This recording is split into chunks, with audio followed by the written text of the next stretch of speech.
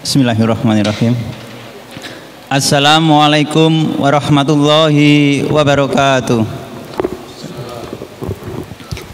Innal hamdalillah nahmaduhu wa nasta'inu wa nastaghfiruh wa na'udzu billahi min syururi anfusina wa min sayyiati a'malina. May yahdihillahu fala mudhillalah wa may yudlil fala hadiyalah. Asyhadu an la ilaha illallah wahdahu la syarikalah wa asyhadu anna Muhammadan abduhu wa rasuluh, amma ba'du. Bapak-bapak, ibu-ibu peserta kajian LKI yang dirahmati Allah, pada malam hari ini alhamdulillah kita senantiasa bersyukur kepada Allah atas segala kenikmatan yang Allah berikan kepada kita dan kebaikan yang Allah tuliskan atau Allah torehkan kepada diri kita, sehingga pada kesempatan malam hari ini di hari Sabtu, hari yang terakhir di tahun 2024, semoga menjadi amal kebaikan kita kelak nanti, amin. Bapak-bapak, ibu-ibu, sebentar lagi kita akan berganti dengan tahun 2025. Tentunya enggak seberapa penting pergantian tahun tersebut. Yang menjadi penting adalah tahun 2024 menjadi muhasabah diri, menjadi introspeksi diri. Apa yang kita lakukan pada tahun 2024 tersebut? Adakah amalan-amalan kebaikan yang kita lakukan, atau sebaliknya? Paling tidak untuk menyongsong tahun 2025 kita itu paling mempunyai target, mempunyai amalan untuk menambah pundi-pundi amal kebaikan. Paling tidak kita selalu mengutamakan sholat berjamaah, selalu mendatangi majelis-majelis ilmu yang diadakan oleh LKI, ataupun melakukan kebaikan-kebaikan yang lainnya sebelum datangnya Ya'juj dan Ma'juj yang akan disampaikan oleh Ustadz Afrudin MA MPDI. Sholawat serta salam tetap tercurahkan kepada Nabiullah Rasulullah Sallallahu Alaihi Wasallam beserta keluarganya, sahabat-sahabatnya, dan orang-orang yang mengikutinya. Baik bapak-bapak, ibu-ibu, mestinya pada malam hari ini kita di rumah sama keluarga dengan teh hangat dan gorengan yang hangat mestinya luar biasa, tapi masih tetap istiqomah untuk mengikuti kajian pada malam hari ini. Pada beliaunya Ustadz Afrudin MA MPDI kami persilakan. Assalamualaikum warahmatullahi wabarakatuh. Alhamdulillahirabbil alamin, hamdan katsiran thayyiban mubarakan fi kama yuhibbu rabbuna wa yarda. Asyhadu an la ilaha illallah wahdahu la syarikalah wa asyhadu anna Muhammadan abduhu wa rasuluh. Allahumma la sahla illa ma ja'altahu sahla wa anta taj'alu hasna idza syi'ta sahla. Allahumma inna nas'aluka ilman nafi'an wa rizqan thayyiban wa amalan mutaqabbalan. Jamaah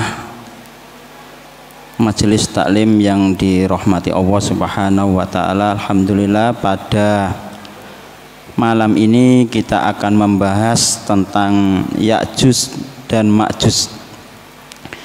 Ini Ya'juj dan Ma'juj ini terdapat dalam surat Al-Kahfi ayat ke-93 dan 94. Berbicara mengenai Ya'juj dan Ma'juj ini, tentu tidak akan pernah pisah dengan yang namanya Zulkarnain. Jadi ini sebuah satu kesatuan. Maknanya apa? Membahas Ya'juj dan Ma'juj itu pasti akan membahas juga yang namanya Dzulkarnain. Karena Ya'juj dan Ma'juj itu dikurung oleh Dzulkarnain di antara dua gunung. Jadi nggak akan bisa terpisahkan. Sama halnya dengan kita membahas Dajjal, itu tidak akan pernah bisa pisah lepas dari pembahasan Nabi Isa alaihissalam. Karena Nabi Isa itu yang akan membunuh Dajjal. Jadi iya, Ya'juj dan Ma'juj ini, pembahasan ini tidak akan pernah terpisahkan dengan namanya Dzulkarnain, seorang raja yang soleh pada zaman itu. Ada yang mengatakan raja Romawi dan Persia.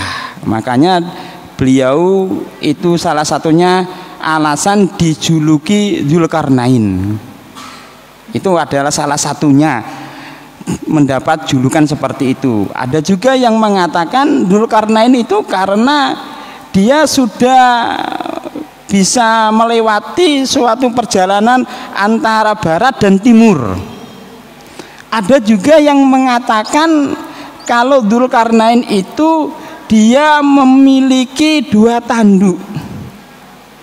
Dia memakai mahkota. Kalau di dalam tafsir Hamka itu beliau memakai mahkota. Mahkotanya itu atasnya itu ada dua tanduknya, yang mana melambangkan banteng.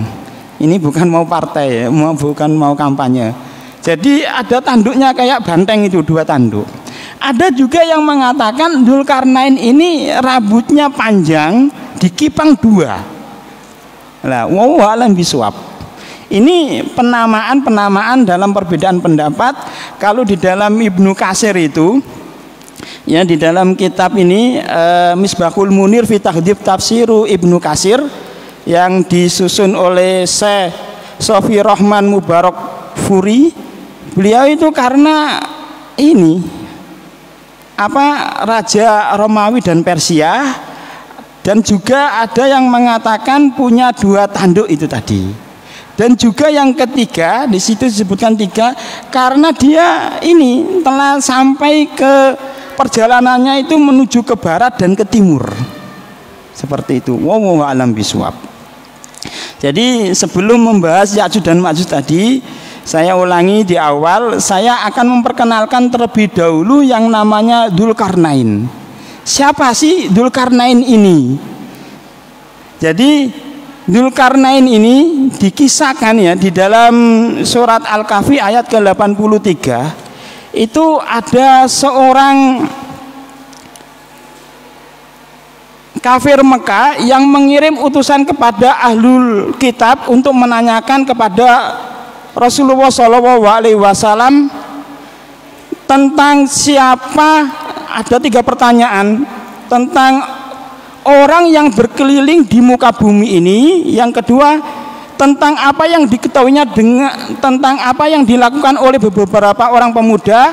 Dan yang ketiga adalah tentang ruh. Maka turunlah, yang dimaksud dengan apa itu tadi, orang yang berkeliling itu maksudnya apa? Dzulkarnain. Maka turunlah ayat wa yas'alunaka an Dzulkarnain. Nah, turunlah ayat itu. Nah, di situ Dzulkarnain ini beliau adalah seorang raja yang soleh. Ada yang versi barat itu mengatakan Alexander Agung. Nah, ini saya kurang setuju. Dzulkarnain itu katanya hidup di masa Fir'aun. Ya memang iya, di masa Nabi Musa itu. Nah, di sini ada perbedaan pendapat. Apakah Dzulkarnain ini seorang nabi atau tidak? Nah, banyak yang berpendapat ya beliau ini bukan seorang nabi. Dia hanya raja yang soleh. Ada juga yang mengatakan nabi. Nanti alasannya kita akan bahas di surat Al-Kahfi ini, mengapa dia dikatakan nabi seperti itu. Wallahu a'lam bishawab. Jadi Dzulkarnain itu tadi beliau adalah raja yang soleh. Ya, dia itu seorang raja Romawi dan Persia. Di kepalanya itu terdapat sesuatu yang menyerupai dua tanduk.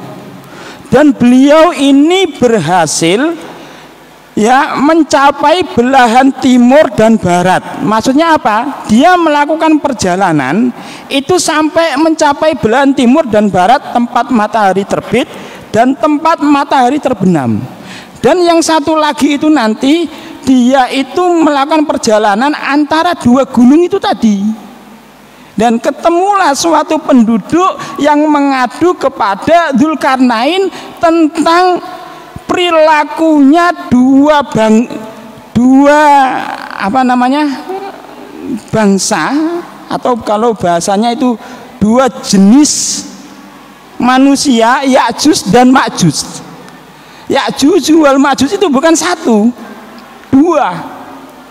Ya, itu dua karena dia itu perilakunya Ya'juj dan Ma'juj itu suka merusak, bengis, gigi, suka perang, suka menganiaya, suka membunuh dan lain sebagainya, suka merampok. Akhirnya kaum ini mengadu kepada Dzulkarnain supaya apa? Dzulkarnain ini membuatkan ya satu pembatas yang memberikan batas antara Ya'juj dan Ma'juj dengan orang tersebut, penduduk tersebut. Nah, nanti akan kita jelaskan.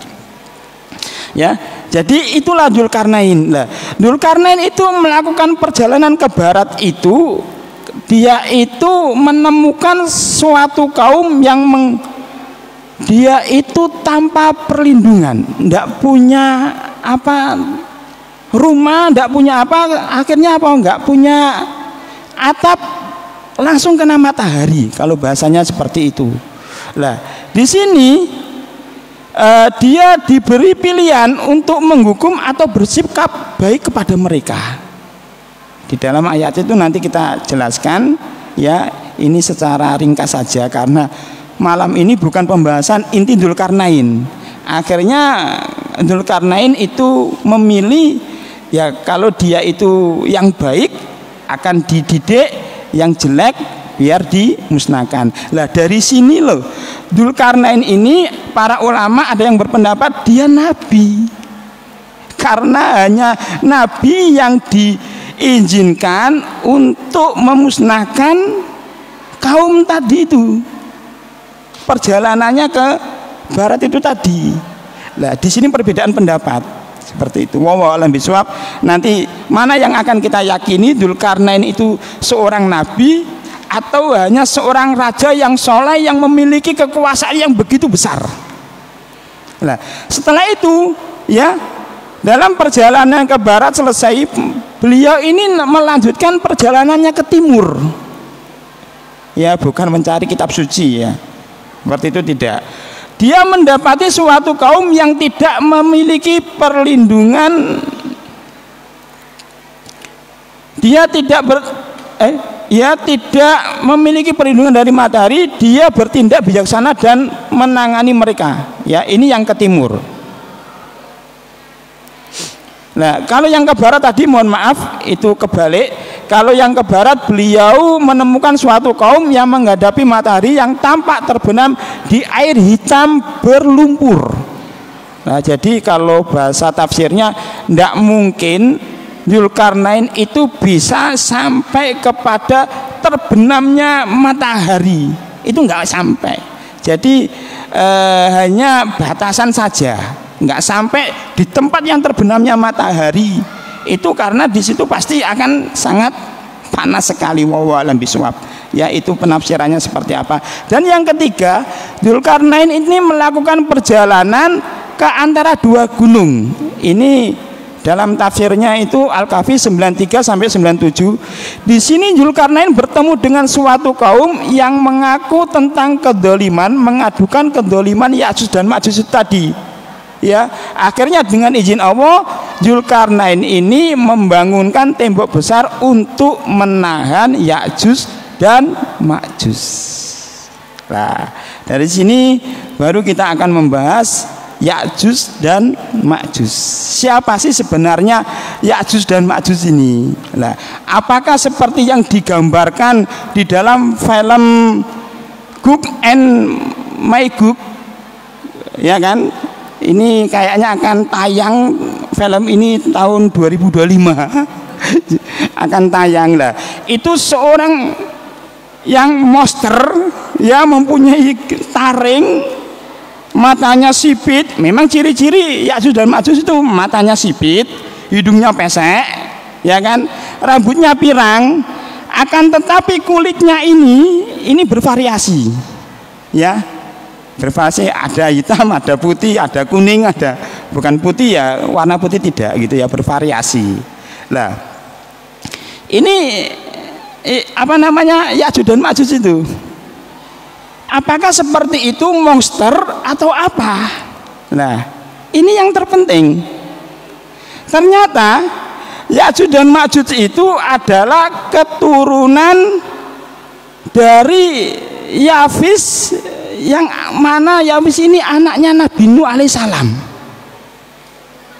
Jadi dari bangsa manusia, bukan monster. Ya, mungkin yang kita pahami selama ini ya, Ya'juj dan Ma'juj itu kayak monster, ya, yang ada taringnya, matanya sipit, hidungnya pesek. Memang dia ini, masya Allah, tidak ada makhluk di muka bumi ini yang bisa mengalahkan Ya'juj dan Ma'juj. Tidak ada yang bisa. Saking kuatnya, saking pinternya, mungkin dalam hal peperangan dia hobinya itu memusnahkan manusia. Kalau enggak yang sejenis akan dibantai. Ketemu manusia dibantai manusia itu, ketemu binatang, binatangnya dimakan. Dan jumlahnya banyak. Ini saya terangkan perbandingan antara manusia, ya, dengan Ya'juj dan Ma'juj itu 999. Itu perbandingannya.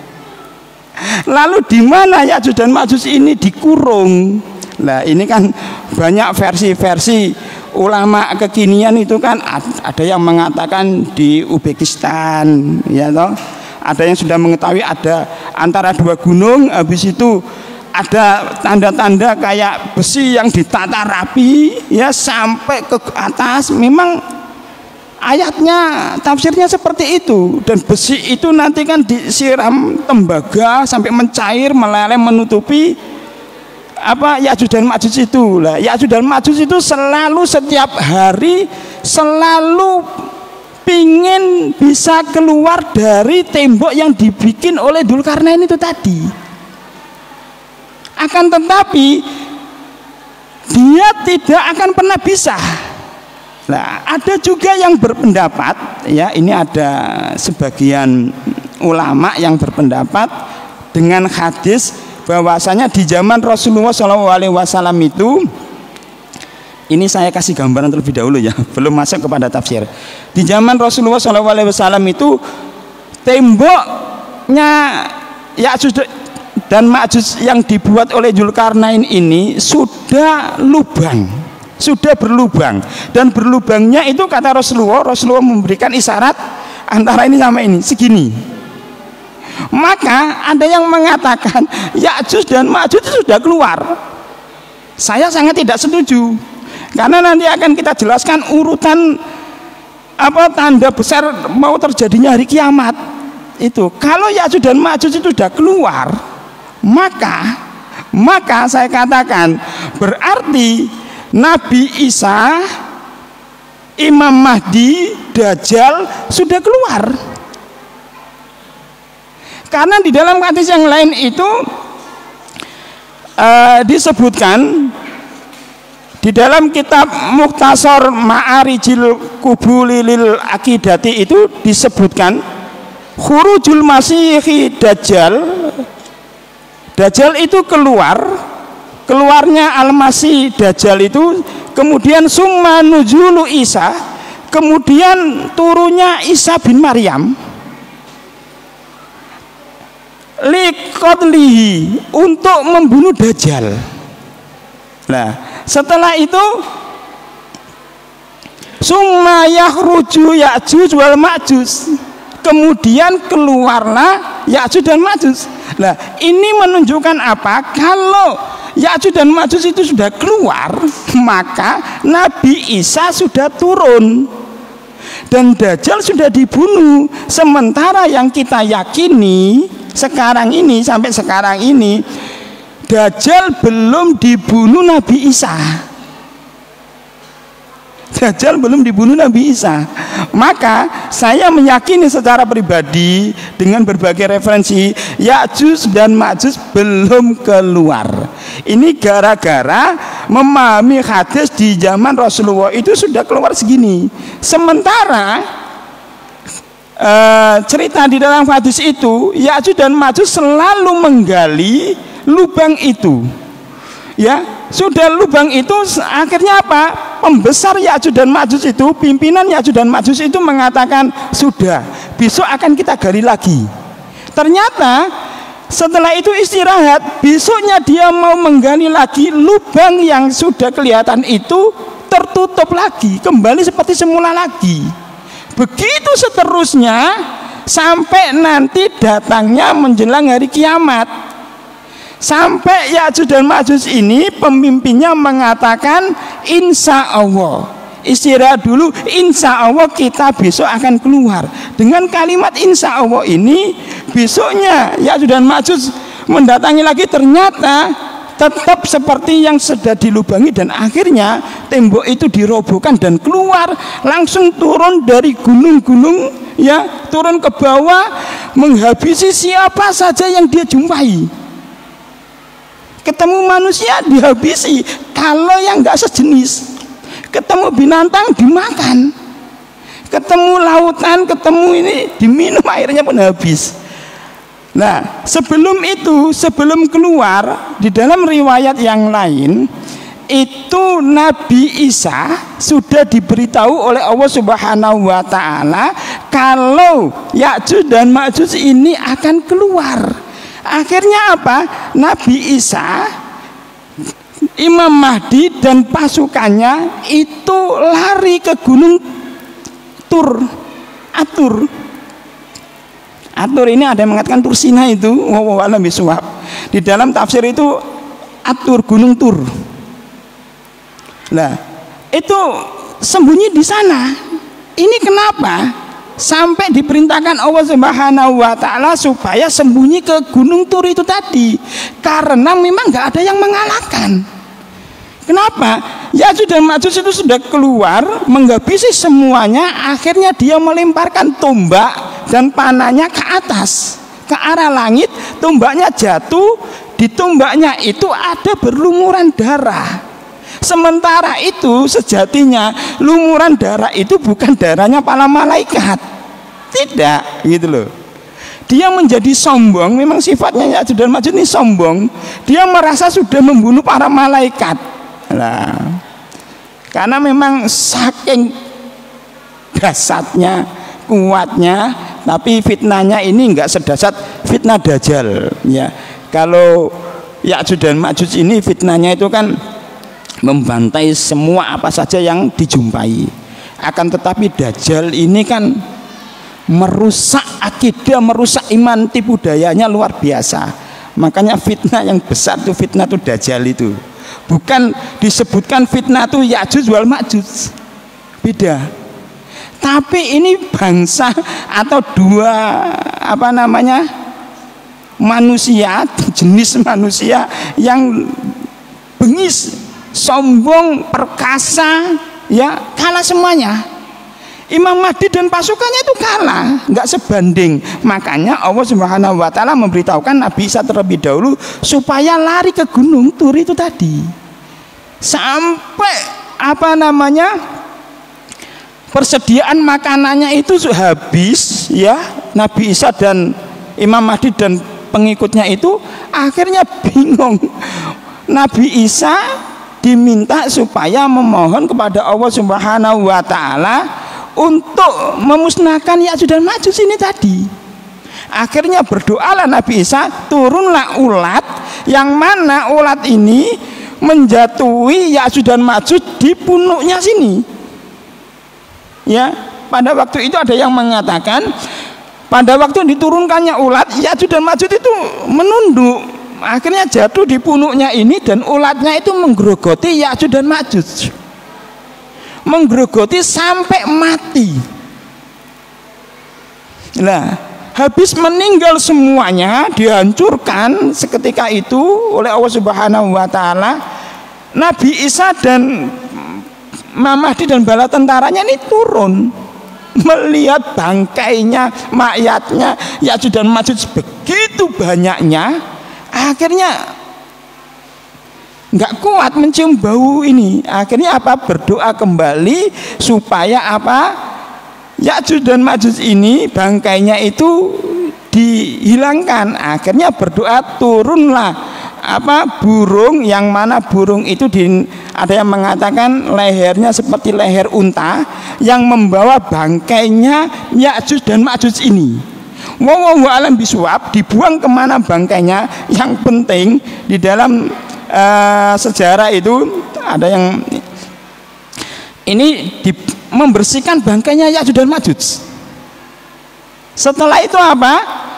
Bangkainya dibawahi semuanya, masih tercium bau nggak enak. Akhirnya turunlah hujan yang sangat deras, lebat, ya, membersihkan bekas-bekas sisa-sisa bangkai itu tadi.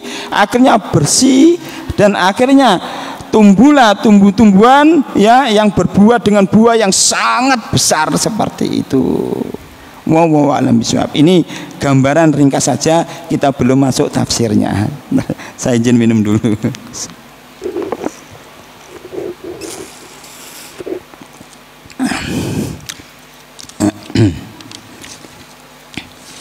Oke, kita masuk kepada tafsir surat Al-Kahfi ayat yang ke-92, 93 dan 94. Saya bacakan, a'udzubillahi minasyaitonirrajim. Summa atba'a sababa hatta idza balagha baina saddaini wajada min dunihima qauman la yakaduna yafqahuna qawla qalu ya dal qarnain inna ya'juj wa ma'juj mufsiduna fil ardi fahal naj'alu laka kharajan ala an taj'ala bainana wa bainahum sadda. Summa atba'a sababa, kemudian dia menempuh suatu jalan yang lain lagi. Ini lanjutannya Dzulkarnain itu tadi ya. Hatta idza balagha baina saddaini wajada min dunihima qauman la yakaduna yafqahuna qaula. Hingga apabila dia telah sampai di antara dua gunung, dia mendapati di hadapan kedua gunung itu suatu kaum yang hampir tidak mengerti pembicaraannya. Nah, ini ada para ulama ya yang sekarang ini di antara dua gunung itu, yaitu di suatu tempat yang namanya Georgia atau apa itu namanya, itu bahasanya sangat sulit untuk difahami, hanya penduduk situ saja, karena jarang sekali bergaul dengan manusia yang lainnya. Dan itu sudah dibuktikan, tapi wallahu a'lam bishawab, di tempat itu ada antara dua gunung. Nah, dan di sini itu letaknya di Uzbekistan itu tadi. Ada antara dua gunung, di situ dua gunung itu ada pembatas kayak temboknya yang telah dibuat Dzulkarnain itu tadi. Nah, wallahu a'lam bishawab. Ini kan penelitian sains yang mau akan membuktikan, tapi kan belum terbukti karena nggak keluar. Seperti itu ya, karena ini. Nah, ayat selanjutnya, qalu ya dal qarnain inna ya'juj wa ma'juj mufsiduna fil ardi fahal naj'alu laka khorjan ala antaj'ala bainana wa bainahum sadda. Mereka berkata, hai Dzulkarnain, sesungguhnya Ya'juj dan Ma'juj itu orang-orang yang membuat kerusakan di muka bumi. Maka dapatkah kami memberikan sesuatu pembayaran kepadamu supaya kamu membuat dinding antara kami dan mereka. Nah, ini akan kita bahas ya satu persatu dari kitab Misbahul Munir ini. Di sini yaqulu ta'ala mukhbiran an Dzulkarnain summa atba'a sababa. Allah Ta'ala berfirman menggambarkan tentang Dzulkarnain, kemudian dia menempuh suatu jalan. Maksudnya apa? Ai summa salaka tariqan min masarikil ardi hatta idza balagha baina saddaini wa huma jabalani mutanawihani bainahuma sakhratun yakhruju minha Ya'juju wa Ma'juj ala biladil Turki fayu'isuna fiha fasadan wa yuhlikuna harsa wa nasla. Nah, maksudnya apa? Dia berjalan menuju arah timur bumi. Ini Dzulkarnain setelah perjalanan ke barat, dia melanjutkan lagi perjalanan ke timur, hingga ketika dia mencapai antara dua gunung, yaitu dua pegunungan yang berdekatan, di antara celah yang darinya keluar Ya'juj dan Ma'juj. Nah, ini menuju ke arah Turki, bukan tempatnya di Turki ya. Ada yang mengatakan tempatnya di Turki, tapi ini maksudnya menuju ke arah Turki. Mereka merusak di negeri tersebut, menghancurkan tanaman dan keturunan. Nah, di sini memang sifatnya Ya'juj dan Ma'juj ini perusak. Ketemu apa saja dirusak, kecuali ketemu sejenisnya, sebangsanya. Ketemu manusia itu tadi akan dirusak, dibunuh, dirampok. Kalau ketemu binatang akan dimakan, dihabisi semuanya. Memang ini perusak benar Ya'juj dan Ma'juj ini. Makanya sampai Dzulkarnain membuat batasan, membuat tembok pagar. Ada juga yang mengatakan ini tempatnya di tembok Cina. Yang jelas bukan antara dua gunung menjuluk sama kendil, tidak. Yang jelas bukan itu ya. Ini ada yang mengatakan tembok Cina itu adalah tembok yang dibuat oleh Dzulkarnain. Tetapi ini banyak yang tidak cocok karena gambarannya itu yang setara dengan gunung. Temboknya itu dibikin tinggi yang sejajar sama dengan tingginya gunung itu tadi. Dan itu dari potongan-potongan besi yang dikasih cairan tembaga meleleh gitu loh, lagi gitu.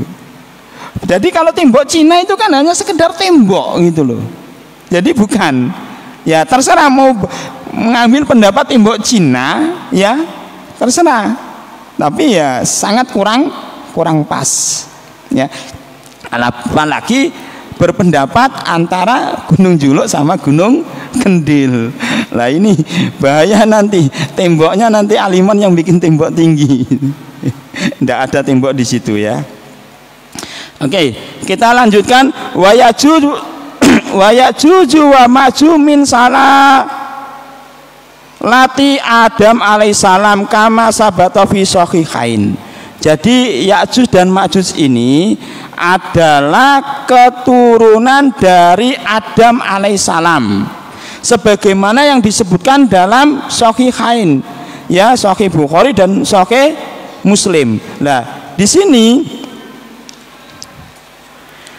hadisnya yang menunjukkan kalau Ya'juj dan Ma'juj itu dari jenis manusia, itu di saat Allah Subhanahu wa Ta'ala berfirman memanggil Nabi Adam, ya Adamu, ya wahai Adam, fayaqulu labaik wa sa'daika. Maka Adam menjawab, aku penuhi panggilanmu dan aku taati perintahmu. Nah, lalu Allah Subhanahu wa Ta'ala lagi berfirman, ib'as ba'san nari fayaqulu wa ma ba'sun nar. Allah berfirman, keluarkanlah bagian penghuni neraka. Maka Nabi Adam berkata, wa ma ba'sun nar, apa bagian penghuni neraka itu? Fayaqul min kulli alfin tis'u mi'atin wa tis'atun wa tis'una ilan nar wa wahidun ilal jannah. Jadi penghuni neraka itu, bagian penghuni neraka itu adalah dari setiap 1999 ke neraka, yang satu ke surga. Lah, pada saat itu anak kecil akan menjadi beruban, jadi tua, dan orang yang hamil yang mengandung hamil akan melahirkan, karena sangat dahsyatnya pada waktu itu. Lah, di sini perbandingannya Ya'juj dan Ma'juj itu dengan makhluk sekarang ini segitu banyaknya, 1999 yang masuk neraka itu. Ini dibandingkan 1999 itu masuk neraka, yang satu tidak. Yang 1999 itu Ya'juj dan Ma'juj. Saking banyaknya jumlahnya. Lah kok bisa dikurung ya di antara dua gunung itu tadi? Lah itu memang semuanya kehendak Allah Subhanahu wa taala. Nah, ada yang mengatakan pas pada waktu dikurung itu, Ya'juj dan Ma'juj itu dia sama halnya Ashabul Kahfi yang sedang tidur. Baru merasa tidur semalam, ternyata sudah bertahun-tahun. Makanya di saat Ya'juj dan Ma'juj itu nanti keluar, dia merasa baru dikurung cuma beberapa hari.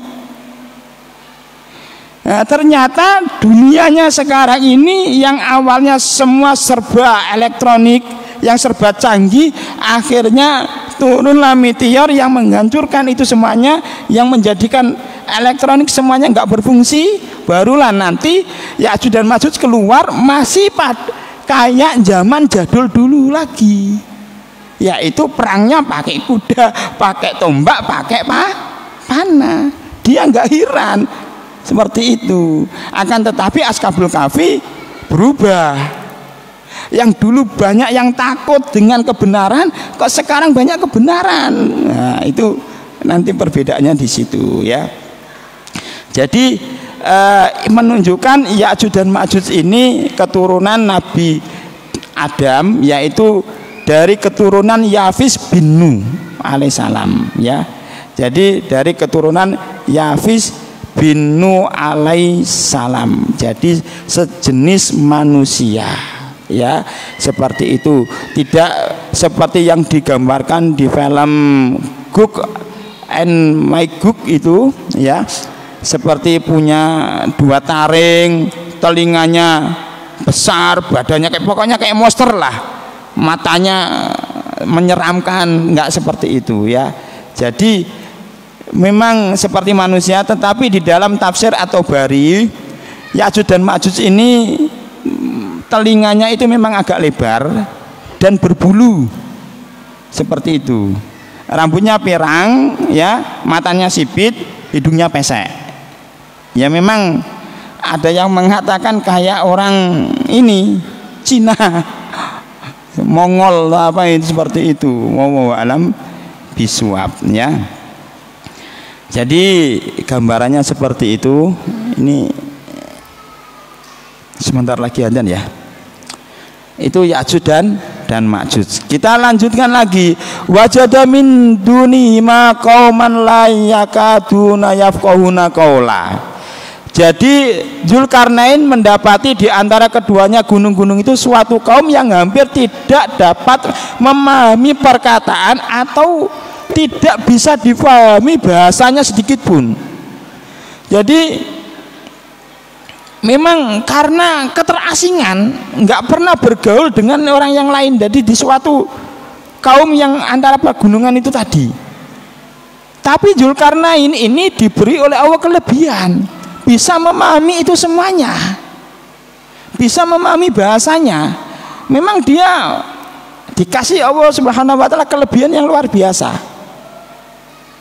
Ya, dikasih oleh Allah kelebihan yang luar biasa, bisa memahami. Sampai Dzulkarnain ini berbicara dengan kaum yang di situ supaya untuk membuatkan membuatkan batas antara Ya'juj dan Ma'juj dan kaum itu tadi. Dan kaum itu tadi akan memberikan upah ujro kepada Dzulkarnain, tetapi Dzulkarnain menolak karena ujro yang dia berikan kepada Dzulkarnain itu tadi dibandingkan dengan yang Allah berikan kepada Dzulkarnain, kekuasaan yang Allah berikan kepada Dzulkarnain itu nggak seberapa, nggak ada apa-apanya. Makanya Dzulkarnain nggak mau menolak.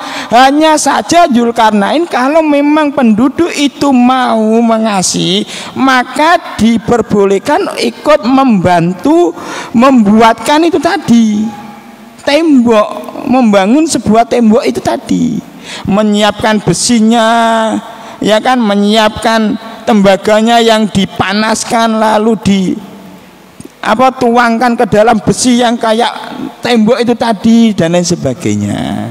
Nah, karena kekuasaan yang Allah berikan kepada Dzulkarnain ini yang lebih baik daripada upah yang diberikan oleh penduduk itu tadi. Wallahu alam biswab. Saya akhiri, saya cukupkan sampai sini. Jikalau ada pertanyaan kami persilakan, monggo.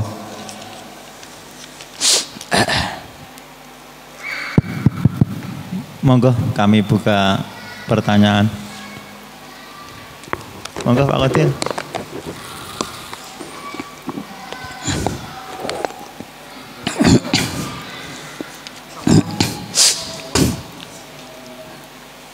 Sakjane nganggo proyektor ya. Assalamualaikum warahmatullahi wabarakatuh. Waalaikumsalam warahmatullahi. Berbicara tentang berita akhir zaman itu Ustaz ya. Ada sebuah hadis begini Ustaz. Kelak ketika Yaumul Qiyamah akan datang, itu ada bangsa dari Habsyi berkulit hitam, tidak memakai sandal. Bangsa tersebut yang akan menghancurkan Ka'bah. Nah, saya mau bertanya seperti ini. Mana urutannya yang lebih dahulu antara keluarnya Ya'juj dan Ma'juj dan Nabi Isa dan seterusnya itu dengan ini tadi kisah budak Habsyi yang akan menghancurkan Ka'bah? Karena lanjutan dari lafaz tersebut akan ada angin dingin dari Yaman yang akan mewafatkan orang yang beriman walaupun sebesar Zahra. Mana urutannya yang lebih dahulu Ustaz? Jazakumullah. Kita andan dulu ya, break dulu. Setelah andan kita lanjut lagi.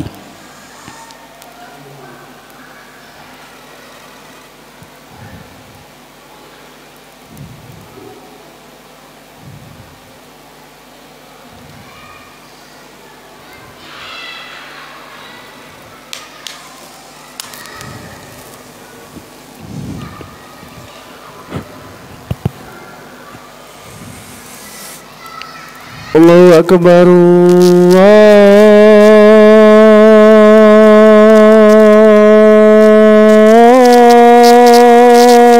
Allahu Akbar, Allahu Akbar,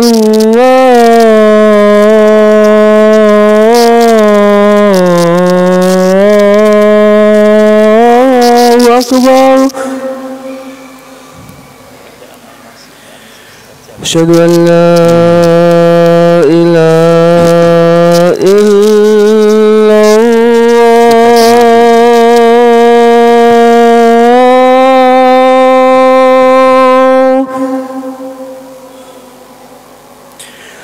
Asyhadu an la ilaha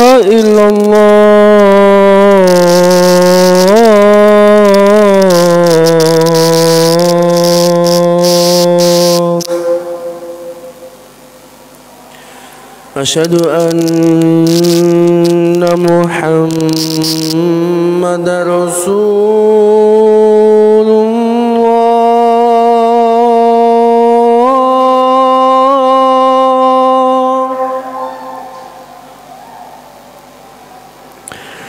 أشهد أن محمد رسول الله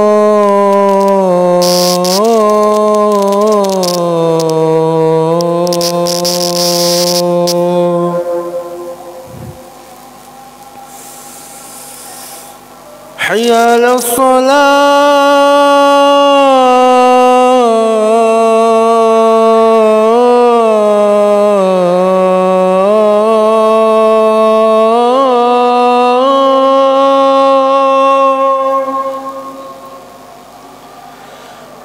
حي على الصلاة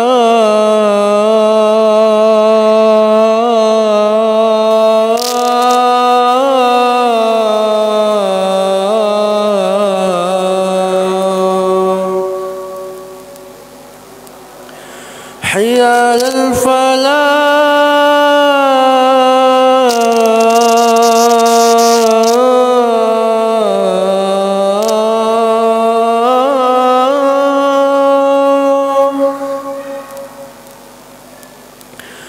حي على الفلاح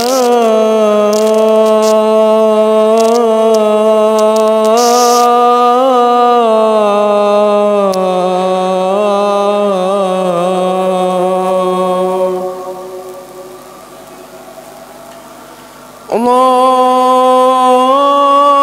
أكبر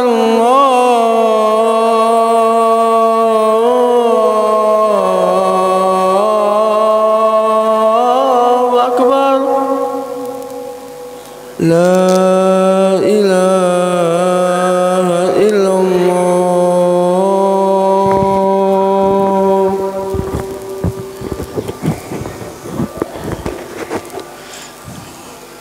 Jazakumullah atas pertanyaan dari Cak Agus.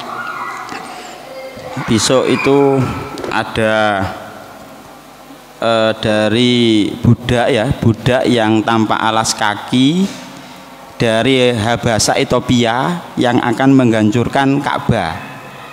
Itu budak itu bernama Dzu Aswaikota ini. Beliau ini, orang ini dari Habasa Ethiopia yang mana nanti di akhir zaman ya, itu dia akan menghancurkan Ka'bah, mengambilin bata-batanya dan perhiasannya Ka'bah itu tadi. Ya, dia ini bernama Dzu Aswaikotain ya, dari Habasa ya, Ethiopia. Hitam memang, hitam orangnya. Nah, lalu bagaimana dengan urutan-urutan hari kiamat itu? Nah, jadi di saat para sahabat itu lagi membicarakan tentang hari kiamat, Rasulullah SAW itu datang, ya, dan beliau bersabda, kalian tidak akan pernah menemui hari kiamat sampai kalian melihat 10 tandanya. Yang pertama, keluarnya asap. Ketiga, keluarnya Dajjal. Kedua, Dajjal. Ketiga, keluarnya binatang melata. Keempat, keluarnya matahari dari sebelah barat. 5, turunnya Isa bin Maryam. 6, keluarnya bangsa Ya'juj dan Ma'juj. Dan berkorbannya api di 3 tempat, yaitu di sebelah timur, barat, dan Jazirah Arab. Dan pemungkasnya adalah, yang terakhir adalah api yang mengiringi mereka menuju ke tempat berkumpul. Nah, itu 10 urutan. Maka tadi yang mengatakan Dajjal sudah keluar akan terbantahkan dengan hadis yang di dalam, saya mendapatkan hadis ini dalam kitab Mukhtasar Ma'arijil Qubuli lil Aqidah. Itu yang pertama ini khuruju Masihud Dajjal, summa nuzulu Isa bin Maryam alaihissalam liqatlihi, summa yakhruju Ya'juj wa Ma'juj. Ya, setelah itu dilanjutkan wa yuksaru nabiyyu Isa wa ashabu ila Tur. Ya, Nabi Isa dan para sahabatnya berlindung di Gunung Tur, bersembunyi. Nah, kenapa kok setelah Ya'juj dan Ma'juj keluar kok Nabi Isa dan para sahabatnya, Imam Mahdi dan bala tentaranya itu tadi ke Tur? Karena sebelumnya diberitahu oleh Allah Subhanahu wa taala untuk ke sana, berlindung ke sana.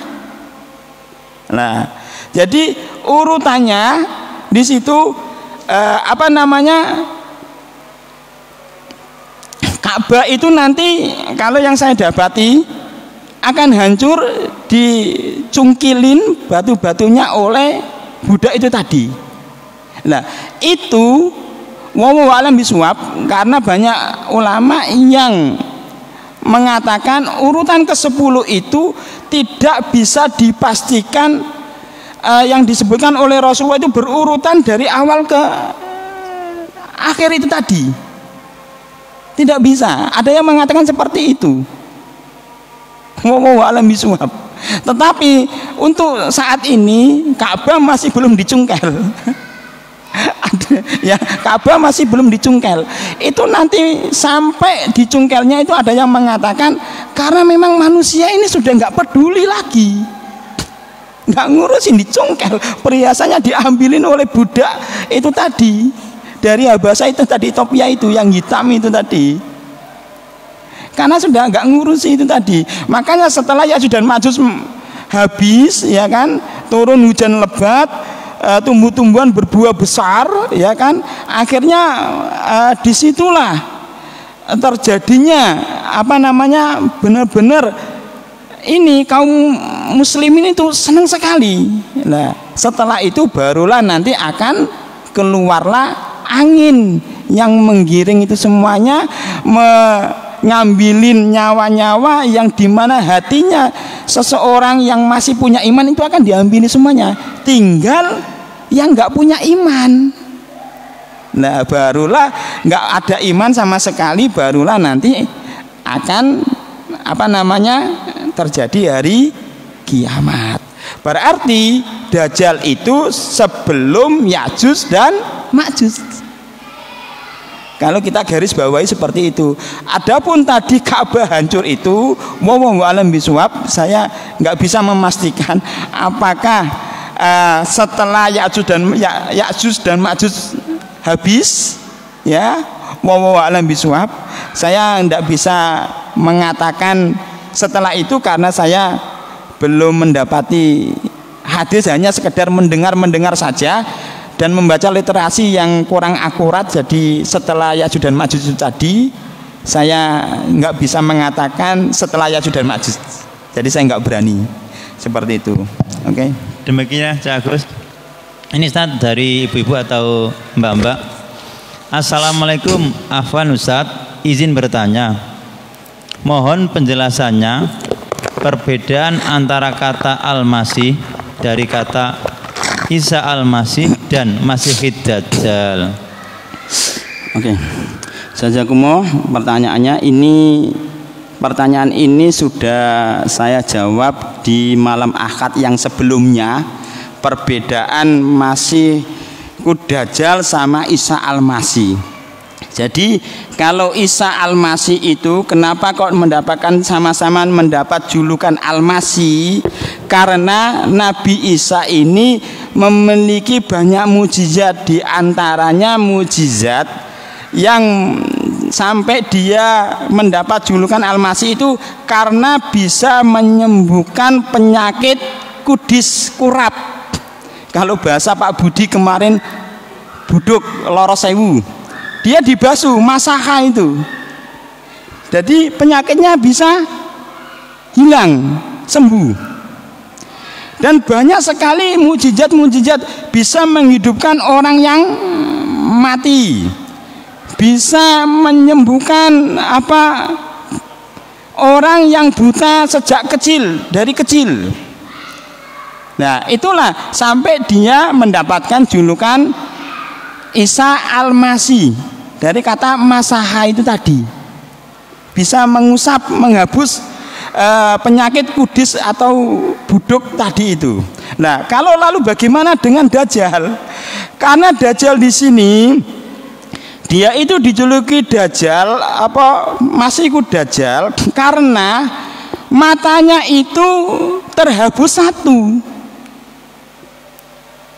Jadi dan dia ini negatif, julukan ini nggak sama dengan julukan Isa Al-Masih. Kalau Isa Al-Masih itu julukannya untuk positif, kalau Dajjal itu untuk hal yang negatif. Karena matanya satu itu tadi terhapus. Itu maka di antara alasan dijuluki Masihku Dajjal seperti itu. Wallahu a'lam bishawab.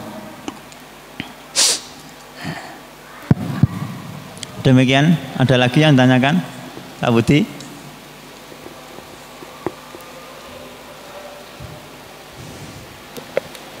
Assalamualaikum warahmatullahi wabarakatuh. Waalaikumsalam. Dari pemaparan tadi bahwa Ya'juj dan Ma'juj tadi itu ketika melihat orang dibunuh, melihat atau menjumpai binatang dimakan, ketika mengetahui atau melihat sejenisnya maka dibiarkan. Berarti mungkin ada semacam perbedaan atau spesies baru lah kalau bisa dikatakan, dari fisiknya mungkin atau mungkin dari perbuatannya, sehingga antara Ya'juj dan Ma'juj satu dengan yang lainnya. Berarti ini kan nggak satu toh mesinnya, kan banyak ini berarti banyak. Terima kasih. Assalamualaikum. Dari sini jazakumullah atas pertanyaannya, bagaimana jenis Ya'juj dan Ma'juj itu, karena setiap ketemu manusia itu manusianya dibunuh, ketemu binatang, binatangnya dimakan. Nah, kayak seolah-olah ada perbedaan spesies baru gitu loh. Kalau bahasanya kanibal, kalau kanibal itu kan hanya makan manusia ya, ya kan, seperti itu. Nah, di sini kalau disebutkan ciri-ciri Ya'juj dan Ma'juj itu tadi, rambutnya itu pirang. Kalau di dalam tafsir At-Tabrani itu dia itu telinganya berbulu, badannya itu banyak bulu, ya, banyak bulu, berbulu. Lah, ada juga di Tabrani itu juga, ya, wallahu a'lam bishawab, memang memiliki gigi taring, tetapi tidak seperti yang digambarkan di film Gug and My Gug itu tadi, kayak monster itu tadi, tidak seperti itu. Jadi memang Ya'juj dan Ma'juj ini memang diberikan kelebihan, memang jiwanya penghancur, gigi sekali dia. Kenapa kok dikatakan gigi? Karena setiap hari-harinya memang mau melubangi tembok yang dibangun oleh Dzulkarnain tadi. Nggak pernah merasa ini jenuh, bosan gitu. Seperti itu. Dan dia itu memang sifatnya bengis, ya toh, sombong. Pokoknya sifat kejelekannya di situ semuanya. Tapi memang ahli perang, gitu loh. Sampai digambarkan itu tadi, Nabi Isa Al-Mahdi dan para sahabatnya itu pergi ke Gunung Tur untuk menghindari Ya'juj dan Ma'juj itu tadi. Ini menunjukkan saking hebatnya. Bahkan sombongnya itu menunjukkan setelah Ya'juj dan Ma'juj melempar tombak dan panahnya ke atas, lalu tombak dan panahnya jatuh ke bawah, ada lumuran darah, dia mengatakan sudah tidak ada penduduk bumi yang bisa melawan kita. Itu menunjukkan kesombongannya. Padahal yang berlumuran darah itu bukan darahnya para malaikat, tidak. Memang kalau bahasa halus saya itu diulu-ulu Allah Subhanahu wa taala. Seperti itu. Tidak bisa malaikat dilempar habis itu, gitu loh. Wallahu a'lam bishawab. Demikian ya, Pak Budi ya.